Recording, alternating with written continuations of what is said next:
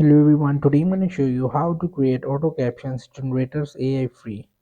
So how to AI generated auto captions. So there are many free online tools, but I would just recommend it like CapCut Pro. So I will just tap on it. So from here you will just import the any of video.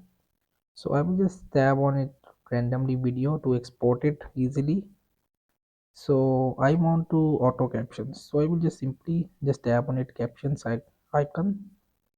So you will just select this identify file at words in pro. So I will just tap on it like generate. So finally the captions are ready. Here you will see. So what gonna do if I just play?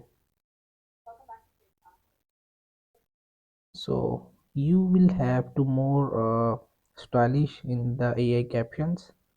You will just tap on it like text, and from here you will just select it the font whatever you like, and you will also just set your font size, and then you will just also in extra features like templates. So I will just select it this one. So I want to just play it and let's see.